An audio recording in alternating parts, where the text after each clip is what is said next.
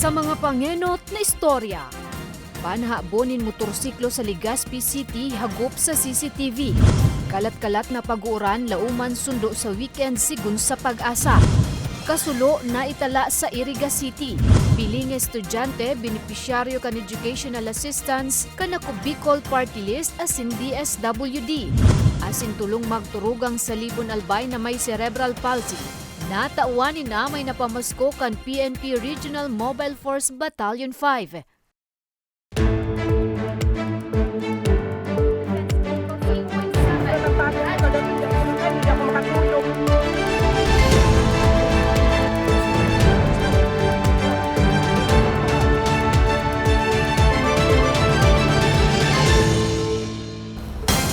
Maray na hapon, Huwebes, Nobyembre 17 taong 2022. Uninan mga istoryang Tatak Bicol. Madadangugmanan mga istoryang ni sa 88.7 Radyo Ragon Catanduanes sa 90.7 Radyo Ragon Legazpi. Panhabonin motorsiklo na itala sa syudad nin Legazpi. Insidente hagop sa CCTV. May report si Nomer Corporal. Labi pa ang pagkauyam kang 21 anyos na si Joseph Aringo sa pagkakaabon kan sa iyang motorsiklo. Sa CCTV footage kay ngini, sa Purok 1 kang barangay Bunot sa syudad ng Legazpi, pasado alas 7 ning banggi kang Lunes. Mahiling ang pag-abot kan sarong lalaki na nakasulot ning pulang kalo asin tuminukaw sa tricycle.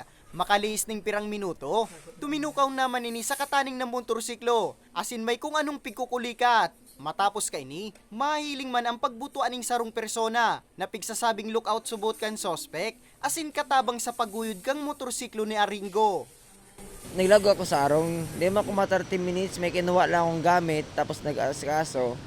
Tapos pagluwas ko, mga 7:56, 57, wala na sa motor. Grabe, naka-apekto siya, grabe. Tigagamit ko siya sa pagtrabaho sa Shopee.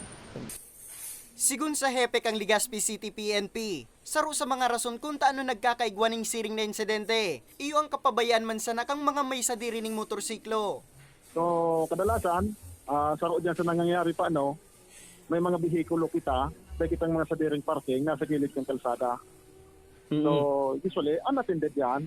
So, nagkakaigwa ki opportunity dyan, itong mga mararaot ang buot. Asin nga ni day mabiktima ning mahabon. Pag ganun ang common sense ta, dahil sa pagpabayaan ng mga gamit kung ano man, dawa ba po motorsiklo yan, dahil sa pagpabayaan na unattended, dinalat sa motor sa gilid ng kalsada, pati sa susi, nawalat, nakasalpas pa sa motor. So, opportunity, nagkagawag opportunity ang itong mga, maski dahil man ki maraot na kaisipan, kaya lang nagkakagawag ki ideya, so, nangyayari ang krimen. Sa presente, padagos pang pinagigibong investigasyon kang otoridad sa pangyayari. Para sa mga istoryang Tatak Bicol, Nomer Corporal.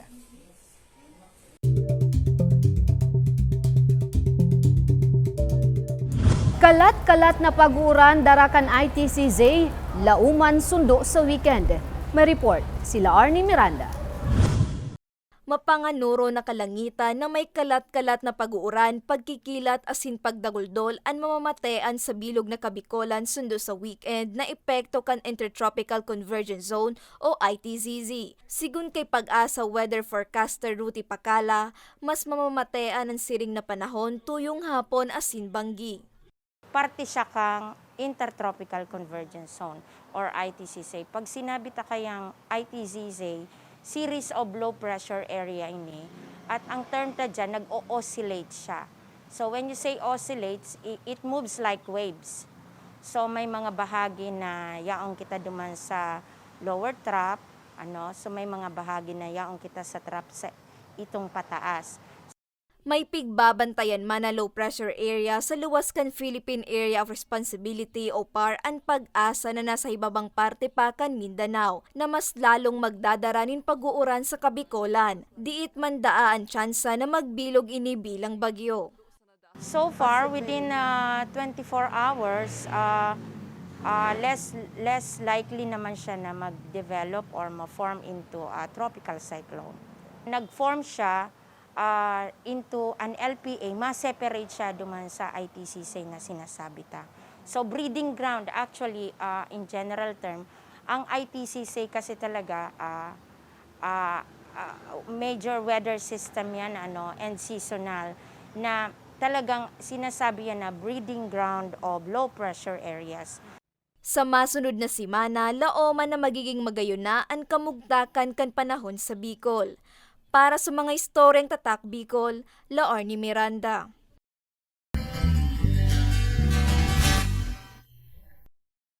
Piling estudyante sa Albay benepisyaryo kan educational assistance gikan sa Ako Bicol Party List. May istorya si Mariel Lorenzana. Nagbiyahe pa gikan Rapo-Rapo Albay ang 20 anyo sa si Mark Noriel. Ngunyan kaya siya nakaschedule para sa payout kan educational assistance kan Ako Bicol Party List. Sabi niya, daw harayo, kaipuhan niyang magtiyaga, urog pang dakulang katabangan ng gadsa sa iyang pagklase ang makukuan niyang kwarta. Makakatulong po ito sa akin kasi ibibilok po ito ng aking mga school supplies tapos sa mga ibang gastusin namin sa bahay. Dakulang bentahiman para sa 20 anyo sa si Curly May kan Barangay Pandan, Ligao City na igwang educational assistance ang partido sa mga arog niyang tios. Mas okay din po na yung pera pong matatanggap namin, maano po namin sa school. Hindi lang so yung iba po yung mga ginagastos lang sa ibang makakatulong na po yun. Siring ninda Curly asin Noriel, ug mamansinda Jemary asin Daniela. Sa paagi kaya ka nasabing educational assistance, igwa na sindang panggawad sa pinatahing uniforme. Salamat po tinawan nindo kaming oportunidad na tabangan para sa pangklase man po. Salamat man po, napili kaming benepisyaryo para po makatabang sa muya sa pagklase. Look forward ko po yung mga iba pang mga opportunities na pwedeng ibigay ng Ako Bicol para pa makatulong rin sa mga estudyante. Labi sa 300 na benepisyaryo ang kabali sa payout na ginibo sa Embarcadero de Legazpi kasubagong aga. Gikan ang mga benepisyaryo sa tulong distrito kan Albay. Iniman ang ikaanom na ginibong payout kan partido katuwangan Department of Social Welfare and Development o DSWD Bicol ngunya na semestre. Parte ang programa sa tabang sa edukasyon kan Ako Bicol Party List na obhetong matabangan ang mga Bicolanong estudyante sa saindang pangangaipo sa pag-eskwela. Sa aga, gigibuho naman ang ikapitong payout sa 300 na estudyanteng benepisyaryo. Para sa mga storyang tatak, Bicol, Mariel Lorenzana. Kasulo na itala sa Iriga City. Asin tulong magturugang na may cerebral palsy na tawanin amay na pamasko kan PNP. Yan asin iba pang istorya sa samuyang pagbabalik.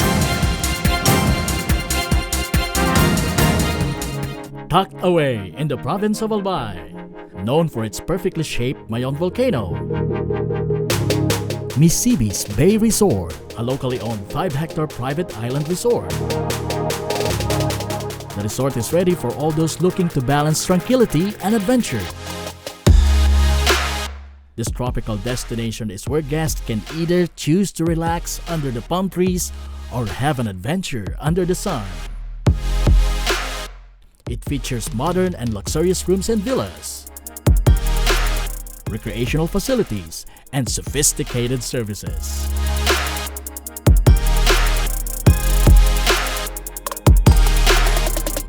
Come and experience Misibis Bay Resort, your tropical island getaway.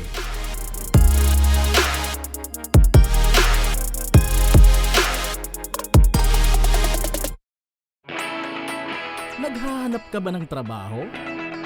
Marunong ka bang mag-shoot ng video? Mag-edit? Magaling ka ba sa social media? Willing ka bang matuto? Graduate ng journalism o may alam na sa media? Apply na dahil naghahanap kami ng videographers para sa Camarines Norte, Sorsogon, Camarines Sur, Catanduanes at Masbate. Ipadala ang inyong resume sa actioncallcenter@gmail.com at maging pinakabagong miyembro ng aming team. Tara na! Apply na!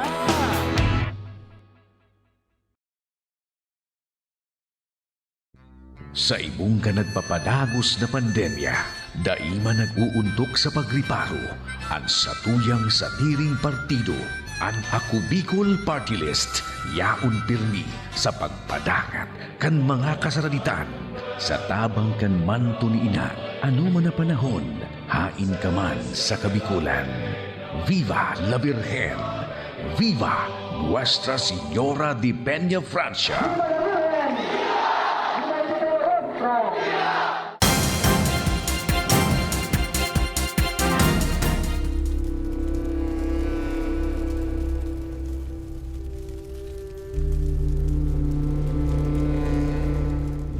Nagbabalikan ako Bicol Online TV. Insidente nin kasulo na itala sa syudad nin Iriga. Ma-report si Mariel Lorenzana. Sa mga litratong ini, mahiling ang pagkasulo kan sarong pawn shop sa Alfeller Street, Barangay San Roque, Iriga City, pasado alas 4 nin aga kan Miyerkules, Nobyembre 16. Sigun sa BFP, uminabot sa first alarm ang insidente. 2 oras man na nagdurar ang kasulo, kung sain, abuton sa 750,000 pesos ang winalat na danyos kan insidente. Bali po, nagtego po kami anom na fire truck na pinaresponde. May karo pong SRS truck at may rescue transport vehicle man pong naka-standby. Ayan man po, nag-activate man po kami ICS, kaya man po ang sato yung City Mayor, nagdaruman man po. Mayo mananalugadan sa pangyayari. Sa presente, pigaaram pa kung ano ang kausa sa nangyaring kasulo. Ito nga po pag-abot, yung nakapadlock. So, nag-possible entry pa kita na medyo darakula ang mga kandado po kang tindahan.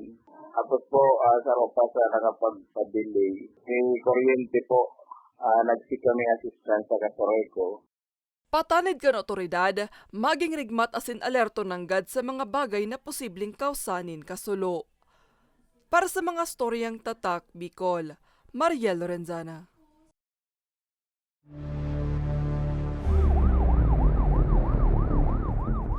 Duwang persona irido kan madiskwido sa Mobo Masbate.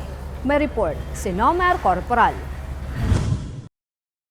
Sa mga litratong kuha kang Mobo MDRRMO, mahiling ang nakatiulob na tricycle matapos na mahulog sa gilid tinampong saup kang Barangay Poblasyon Mobo Masbate City. Pasado alas 6 ning banggi kang Martes Nobyembre 15. Mahiling man ang pagtaong asistensya medikal sa duwang lunad kang nadiskwidong tricycle. Suminapo ning bari sa kamot ang driver kan tricycle, mantang maswerteng gasgasan ang sinapo kang kaiba kaini na sarong minor de edad. Sigun kay Joel Pastor, team leader first aider kang Mobo MDRRMO, naenot na nagresponde sa aksidente. An malubak asin day patapos na patinampo sa lugar ang rason sa pagkakadiskwido kang mga biktima. Tulos man na naidara sa ospital ang mga biktima. Yung kasama niya na bata, okay naman siya, sir, kasi abrasion lang po, sir, sa paa. November 15 lang, sir, ay 5 aksidente simula alas 6 hanggang alas 12 ng madaling araw. Aminado man si Pastor, nakadakol sindang pigre-responde ang diskwido sa tinampo kadal daw sa sindang banwaan. Kadaklan kay adigdi, iyong nasa impluensya ning alak. Problema, sir, minsan sa kalsada kasi hindi pa tapos yung mga kalsada dito sa amin. Yung road widening nila, hindi pa tapos. Number 1 yan, sir. Pangalawa, street light. Tapos, pangatlo, yung mga aso. Mga asong dala. Pang-apat, karamihan talaga namin, sir, na respondihan mga lasing talaga.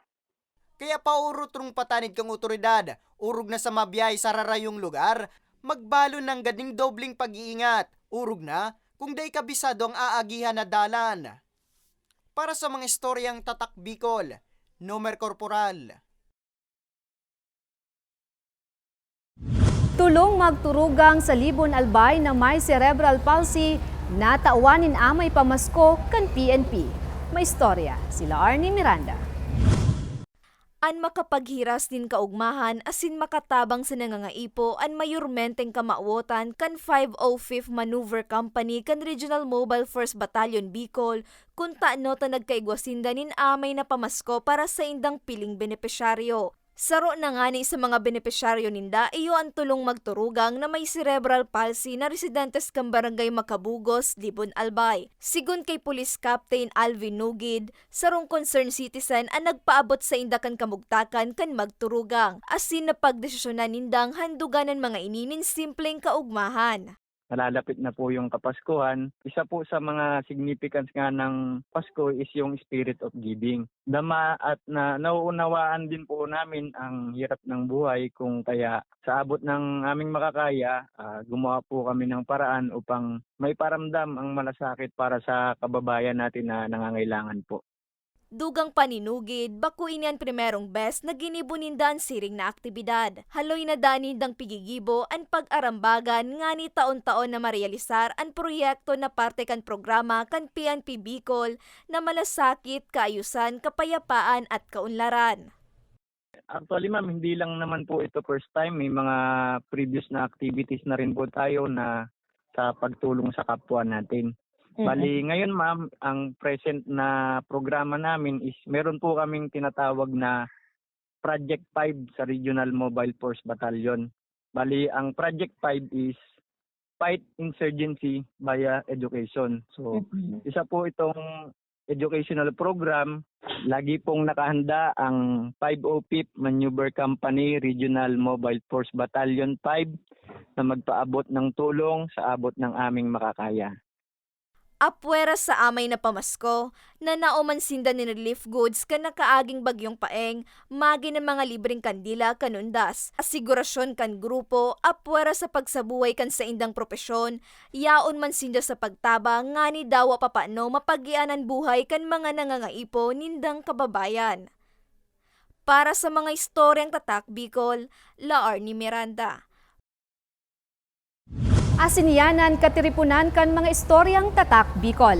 Abangan at siyan pagkatapos kan samuyang programa ang tapatan kan Huvillar asin Uwas, nasusundan kan Kawat sa Libon versus Pulangi. Parte kan nagpapadagos na Ako Bicol Cup.